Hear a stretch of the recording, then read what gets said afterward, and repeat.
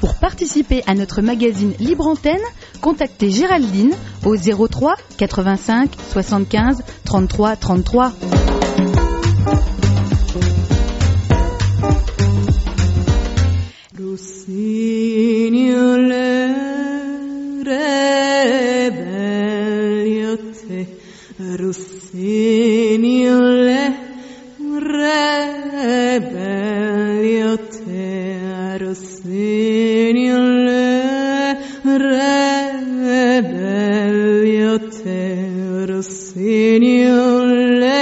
L'association Terre du Ciel a accueilli pendant plusieurs mois 7 jeunes venus suivre une formation intitulée Les Fleurs du Vivant. Leur objectif pendant ces 7 mois, trouver un sens à leur vie personnelle et professionnelle.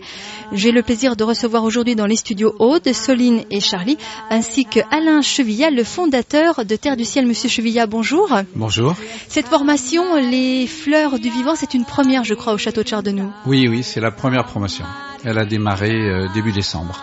Qu'est-ce qui vous a poussé à la mettre en place ? D'une part, je me suis toujours intéressé à l'éducation. On a fait organiser à 3 ou 4 reprises des rencontres sur le thème éduquer à la vie. Et je dirais que moi-même, dans mon enfance, j'étais très sensibilisé aux problèmes d'éducation et j'avais des idées bien claires en fait sur ce que je trouvais de bien et de moins bien dans l'éducation. Et là, les circonstances se sont mises en place pour appliquer. Ne plus simplement parler ou écouter des personnes ou regarder des témoignages extérieurs, mais d'essayer de mettre en pratique quelque chose qui corresponde en fait à tout ce que j'avais contemplé depuis pas mal d'années sur la question éducative. Et concrètement, en fait, à un moment, on a senti qu'on avait des difficultés à recruter du personnel pour Chardenoux et pour Terre du Ciel de façon plus large, qui est à la fois l'esprit de Terre du Ciel et les compétences techniques. Et à un moment est venue l'idée de créer nous-mêmes notre école de formation qui leur donnerait l'esprit, ce qu'on appelle l'esprit de Terre du Ciel, c'est-à-dire la façon dont on voit les choses, la façon dont on se relie au travail notamment, et qui en même temps leur donnerait les compétences techniques, ceci étant le plus facile en fait à faire. Le plus difficile, c'est de donner l'esprit. Et ça, c'est ce que j'appelle éduquer à la vie. Et c'est une des grandes composantes de cette formation. La deuxième étant l'apprentissage des métiers qui sont en vigueur dans le domaine de Chardenoux, parce qu'il y a beaucoup de métiers. On fait 5 ou 6 métiers complètement différents. Et ils passent sur tous les postes les uns après les autres pour s'essayer, pour voir, etc. Alors la première session de formation s'achève.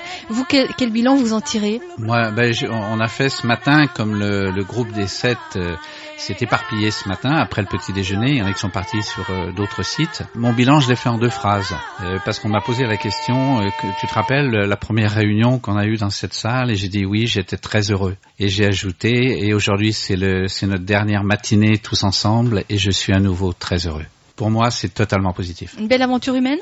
Oui, c'est une très belle aventure humaine. Je pense que les jeunes ont bougé, ont changé, ils vous en parleront eux-mêmes. Et moi-même, je suis persuadé que j'ai bougé, j'ai changé, j'ai évolué. C'est quelque chose que vous allez renouveler ? Oui, on a prévu de le renouveler. Une nouvelle session commencera début décembre 2012. Avec de nouvelles personnes ? Avec de nouveaux, en principe, 8 autres jeunes. Très bien, merci beaucoup Monsieur Chevillat. Je vais maintenant m'adresser à Aude. Bonjour Aude. Bonjour. Est-ce que je peux vous demander votre âge ? 23 ans. 23 ans, vous venez de la région de Paris ? Tout à fait. Qu'est-ce qui vous a poussé à vous inscrire à cette formation ? Avant de venir, quels ont été vos objectifs premiers pour y venir ? Alors en fait, moi j'étais dans une école de théâtre, celle de Jean-Laurent Cochet, puis je faisais de la philosophie aussi et je travaillais dans une galerie d'art. Mais je sentais qu'il y avait quelque chose qui n'était pas suffisant, j'avais un appel beaucoup plus fort qui me poussait en fait à vouloir aller dans mes profondeurs et à réussir à advenir à ce que je suis réellement. Et par l'éducation que j'ai reçue, que ce soit dans les écoles ou enfin l'éducation classique, c'est pas le cas, tout est segmenté, c'est un gavage d'oie qui ne m'était pas adapté en tout cas. Vous l'avez senti tôt, cette différence ? Très tôt. Et j'étais à la recherche de ça et j'avais beaucoup de difficultés à trouver. Et quand j'ai trouvé cette formation, ça a été pour moi évident en fait. Vous connaissiez Terre du Ciel auparavant ? Oui, depuis quelques années déjà, j'avais participé à un stage et je feuilletais souvent les revues qui étaient pour moi une vraie source d'inspiration et d'aspiration. Et voilà, et quand je suis tombée sur cette formation, j'ai fait ma semaine et j'ai plongé. J'ai plongé. Qu'est-ce que vous êtes venu chercher alors? De réussir à être que tout mon être soit en cohésion en fait, et que ça soit ma partie, que ça soit mon corps, mon esprit, mon cœur, que tout ça ne forme qu'une unité et découle en fait, que les choses découlent naturellement, librement, harmonieusement. Et aussi j'étais pas mal dans l'art, et je voulais aussi rentrer dans des choses beaucoup plus concrètes. Et de pouvoir participer à être à la librairie, à être à la cuisine aussi. Ça m'apprend à rentrer à concrétiser des choses aussi beaucoup plus matérielles, entre guillemets. Votre vie, vous l'imaginiez comment avant de faire cette formation? Est-ce que vous aviez des projets d'avenir concrets ou alors... J'ai des projets d'avenir, mais c'est comme, en fait, à l'intérieur de moi, c'est comme un espèce de magma un peu bouillonnant qui est là, et j'ai jamais voulu projeter pour éviter de limiter, en fait. J'avais peur de projeter, que ça limite et que ça me restreigne. C'est vrai que j'avais quand même une difficulté à faire de choix, il y a tellement de possibles et tellement peu d'opportunités de s'essayer que c'était pas évident. Aujourd'hui, c'est plus clair pour vous? C'est beaucoup plus clair. Qu'est-ce qui vous a permis d'éclairer justement votre vision sur votre futur? C'est clairement la formation d'Alain Chevillat qui est pour moi un très bon pédagogue et qui rassemble, qui est sur tous les plans de l'être, quoi. C'est pas le travail à droite, la vie à gauche, c'est un tout en fait qui fait que tout se rejoint. Il y a une phrase qui est écrite sur notre tableau, c'est le travail, c'est l'amour rendu visible. Et du coup, ça a complètement changé ma vision des choses sur le travail aussi. C'est vrai que ça a beaucoup. Alors le travail, vous l'imaginez comment justement, en ce qui vous concerne? C'est de la joie, c'est de l'aventure, c'est un don, c'est un échange, c'est des concrétisations, c'est des projets, c'est... Et aujourd'hui, vous avez défini un projet professionnel qui est plus précis. Vous savez dans quel domaine vous avez envie de travailler? Vous savez pour qui, pourquoi?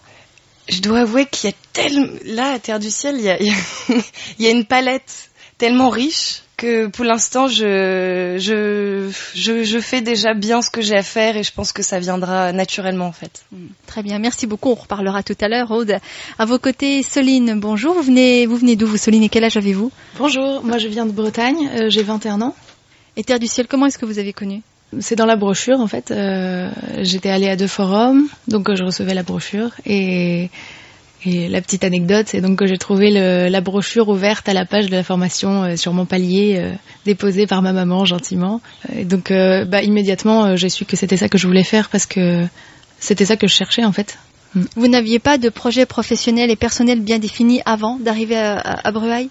Non, parce qu'en fait j'avais fait table rase sur ce que je pensais être ma destinée de psycho. Enfin voilà, j'étais en fac de psycho, j'ai arrêté et je me suis dit je pars à zéro.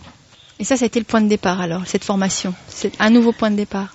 C'était pas le point de départ, c'est disons que c'est une étape qui fait concrétiser quelque chose. Concrétiser en fait si j'ai arrêté la psycho, c'est parce que j'avais une grande quête de sens que j'arrivais pas à remplir là-bas et que je voulais en fait que ce soit ça prend ma vie quoi, donc je voulais pas faire de partage avec ça. Et en arrêtant, je me suis dit si c'est vraiment ma vie, il va forcément y avoir quelque chose qui va se mettre sur ma route. Donc c'était un petit peu la victoire de cet arrêt depuis 1 an en fait. C'est courageux quand même de tout envoyer balader comme vous l'avez fait. Est-ce que vous avez eu des moments de doute vraiment importants et vos parents qui vous encadrent, qui sont présents, pardon?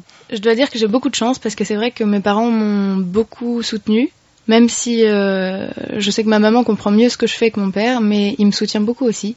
Et c'est vrai que ça demandait du courage parce que je savais pas du tout ce que j'allais faire, mais j'étais vraiment pleine de confiance. Il y a eu quelques moments de doute, mais dans l'ensemble, je me suis sentie vraiment pleine de confiance.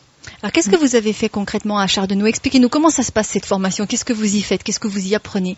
C'est une très grande question parce que, comme disait Aude, c'est très très vaste. Ce qui me vient en premier, c'est que j'apprends à savoir ce que je veux. C'est une question que Alain nous a posée d'une belle façon, et c'est vraiment ça que je cherche en fait, à savoir vraiment ce que je veux pour me mettre en marche vers ça et sans compromis avec ça justement. Ce qu'on apprend, je trouve que c'est ça. On apprend aussi à dire non? Justement oui, parce que savoir ce qu'on veut, je trouve que ça peut s'appliquer dans n'importe quel domaine en fait. Moi, je crois que ce que je veux, c'est de la joie. Donc, à partir de là, c'est à moi de faire le choix de la trouver là où je suis. Et du coup, chaque proposition que j'ai dans cette formation, j'essaye de trouver la joie dedans Et je vois que tout ce qu'on fait m'aide à le trouver. Donc c'est une façon aussi différente de voir les choses les plus simples de la vie, les gestes les plus simples et les plus courants finalement. C'est exactement ça. Oui, c'est exactement ça. C'est trouver en fait la vie à l'intérieur de la vie quotidienne, la vie avec un grand V, à l'intérieur de la vie qu'on laisse passer sans forcément la voir. Est-ce que vous n'avez pas peur d'être, je dirais pas en marge, mais un petit peu à côté de la majorité des gens finalement, et de pouvoir malgré tout trouver votre place avec ces gens-là? Ben ça, c'est un petit peu le souci, dans le sens où beaucoup ont la sensation qu'on se met en marge, alors que pour moi, c'est justement entrer pleinement dans la vie, ce qu'on fait. Et c'est dommage, je trouve, cette image d'être en marge, parce que j'ai pas l'impression qu'on le soit. Alors concrètement, vous, votre après Terre du Ciel, vous l'envisagez de quelle façon? Parce que là, vous avez acquis des choses, vous avez appris des choses. Comment vous avez envie de les mettre en application finalement? Parce que j'imagine que la finalité, elle est là aussi. Encore une fois, je vais redire quelque chose que Aude a dit, mais j'ai pas envie de me projeter justement dans quelque chose qui risquerait de m'enfermer ou de me mettre sur une raille qui, si ça se trouve, ne me conviendra plus dans 2 mois, 3 mois. Je fais exactement comme j'ai fait quand j'ai arrêté la fac. C'est-à-dire que je fais confiance, je prends ce qui se met sur ma route et je vois que ça marche très très bien. Mais si vous deviez provoquer le destin, parce que quelquefois on sait bien qu'on a besoin de le provoquer pour que ça fonctionne, qu'est-ce que vous feriez? Si je devais provoquer le destin, il y a plein de choses qui seraient possibles. Je pourrais partir voyager, je pourrais me mettre à peindre et à vendre des tableaux, je pourrais travailler avec Terre du Ciel dans un peu n'importe quel domaine, parce que je vois qu'en fait, ce que ça m'a appris aussi, c'est que j'étais capable de faire pas mal de choses que j'aurais pas pensé faire. Et pas forcément penser aimer non plus. Et surtout pas penser être capable de faire. Donc Quoi par exemple? Bah là, ce qu'on fait là par exemple. Ouais, une émission de radio alors. Voilà, non mais c'est vrai, je vois que je fais plein de choses que j'aurais jamais pensé faire. Faire la cuisine pour presque 30 personnes comme ça, et que ce soit facile, que ça passe. Faire un standard téléphonique, aller au jardin, plein d'autres choses. On fait tellement de choses que j'arrive pas à me souvenir de tout, mais ouais. Ça vous a ouvert des horizons drôlement plus larges alors, c'est ça en Oui, fait? Oui, c'est vraiment ça. Pour moi, c'est en même temps une épuration et une ouverture vraiment. Vos parents, vous les avez revus il y a quelque temps, vous avez fait une pause d'1 semaine dans la formation pour aller les voir. Est-ce qu'ils vous ont trouvé changé? Ils me l'ont pas dit, mais je pense que oui. Dans quel sens à votre avis? Je pense qu'ils ont trouvé que c'était positivement, parce qu'ils avaient l'air très heureux de me voir et qu'ils ont vu que j'allais bien. Et vu les messages qu'ils m'envoient là dernièrement, je pense qu'ils sont très très très contents. Et d'ailleurs, si je peux en profiter, ma maman m'a demandé, et je l'ai pas fait, je le fais maintenant, de remercier Alain. Voilà. Alain Chevillat, le fondateur de Terre du Ciel. Hein. On va aussi parler à voir un petit peu comment il a vécu. Charlie, c'est 7 mois de formation. Charlie, vous venez d'où, vous? Moi, j'ai grandi en région parisienne. Et votre âge? J'ai 27 ans. 27 ans. Vous êtes tous quand même, Monsieur Chevillat, ce sont des personnes toutes très jeunes, hein? Ah ben, la règle au départ, c'est qu'elles doivent avoir entre 18 et 30 ans. D'accord, donc oui, une limite d'âge alors. Pourquoi est-ce que vous êtes venu là, vous, Charlie, à Breuil, faire cette formation? Qu'est-ce qui vous a motivé vraiment? Ce qui m'a motivé, moi en fait, j'étais vraiment dans une recherche de trouver ma place. Ça faisait plusieurs années que je cherchais, je lançais des choses qui n'aboutissaient pas, et au bout d'un moment, je sentais que voilà, il était temps, enfin que c'était pas complètement ça. Et au début, quand j'ai entendu parler de la formation, c'est vrai que je me suis un peu dit, une formation, moi j'ai besoin de plus de concret. Et en fait, en arrivant à Chardonnou, j'ai vu que justement les choses étaient très très réalisées, très incarnées, et c'est ce qui m'a plu, et c'est ce que j'ai senti que je pourrais acquérir en faisant cette formation. Ce que vous avez fait avant, vous l'avez vécu comme des échecs? Non, parce que ça m'a énormément appris, mais ça faisait mon dernier travail conventionnel, ça faisait 5 ans que je l'avais eu, et donc je sentais que j'arrivais à un moment de ma vie où il était temps que les choses se posent, je commençais à être fatigué de cette recherche. Donc envie de tourner une page et de recommencer, d'ouvrir un nouveau livre? Oui, envie que les chapitres du livre rentrent en cohérence. Je vous sens les uns et les autres très sereins, c'est le cas? Ah, moi, oui. Oui.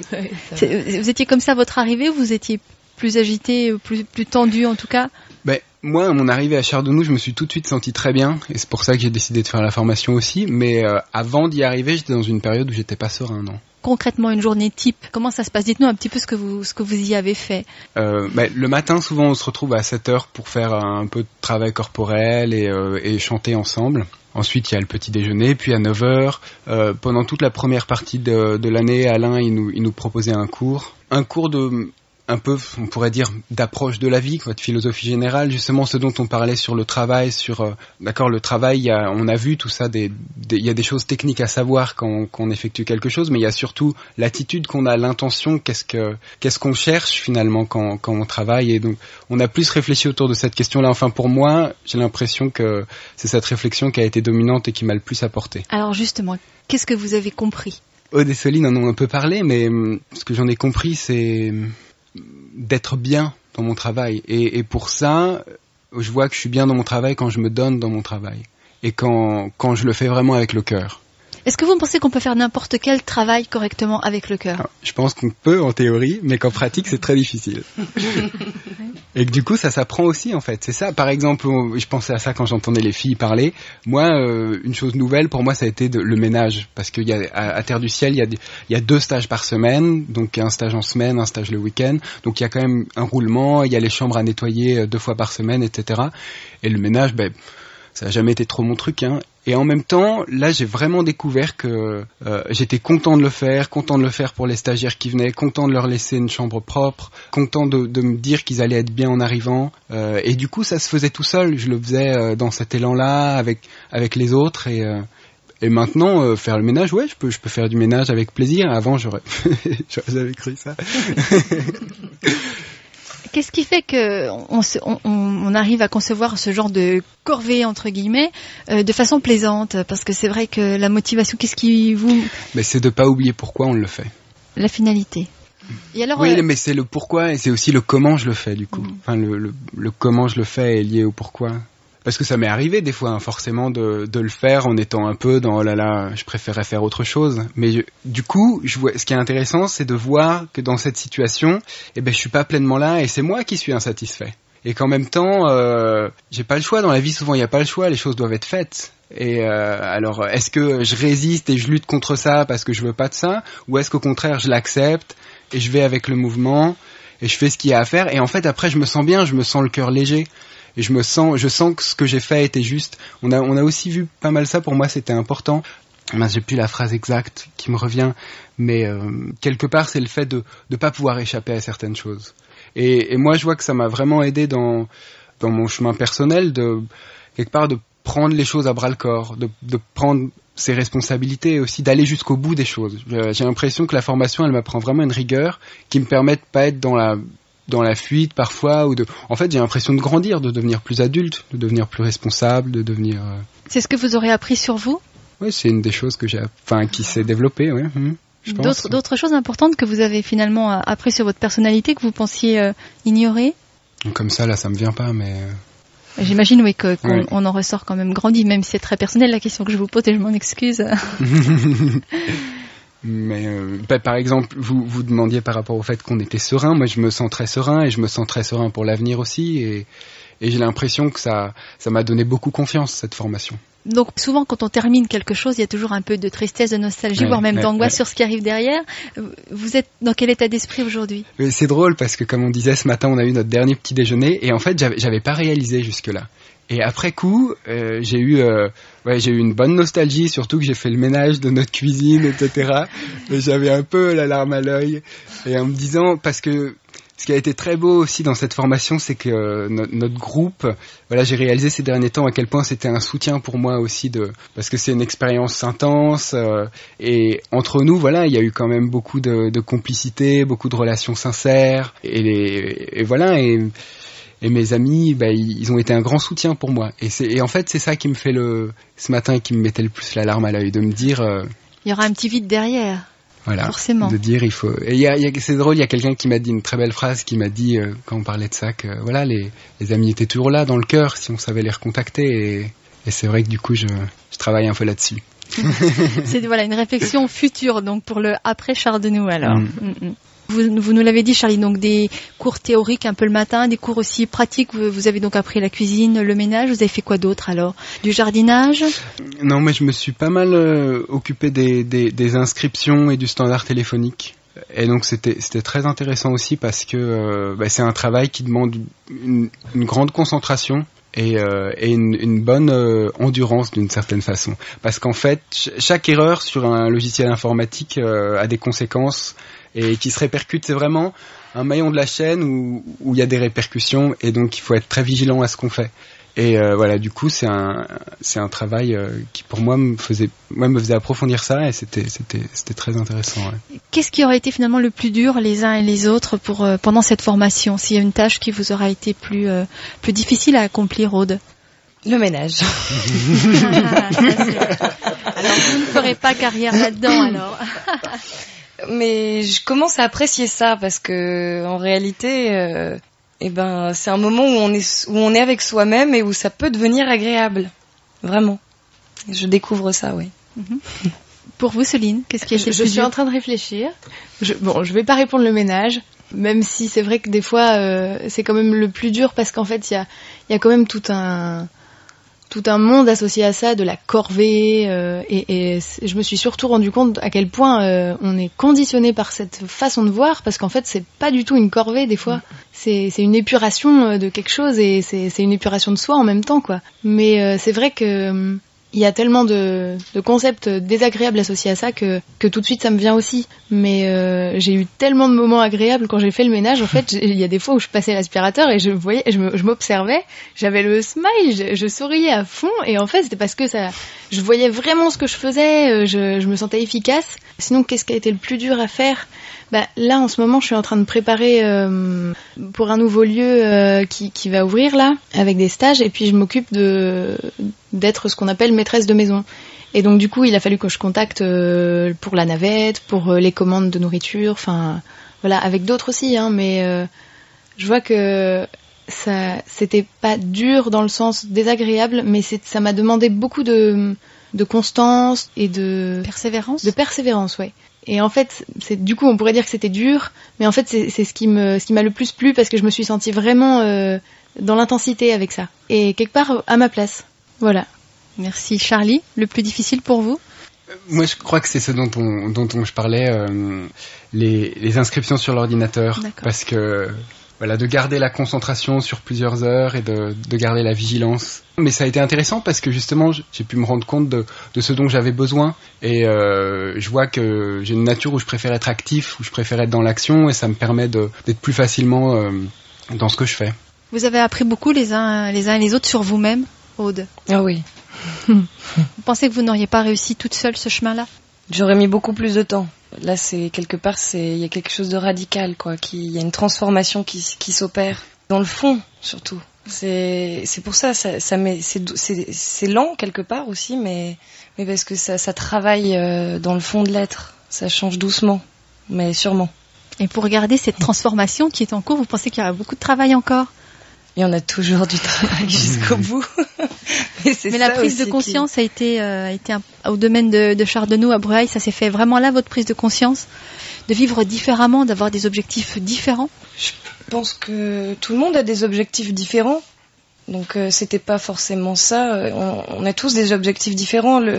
La chose, c'est de pouvoir réaliser ces objectifs, en fait. C'est de pouvoir les matérialiser dans la réalité. C'est ça qui me semblait, moi, un peu inaccessible. Et aujourd'hui, vous avez les outils pour ça? Ouais.